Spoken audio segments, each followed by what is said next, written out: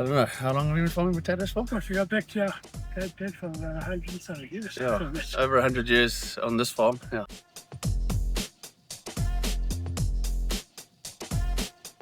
I don't know, I think the colour doesn't really matter.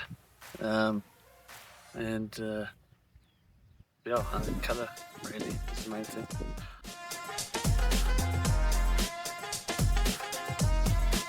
I think it's rewarding if you have a good season. It always feels like very rewarding.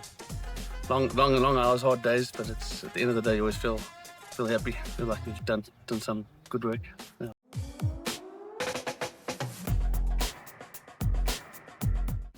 I'd actually say it was last year. We got our record yields, tried a few new varieties, and yeah, it all sort of worked out and everything came to plan, and yeah, it was a good year last year. Yeah.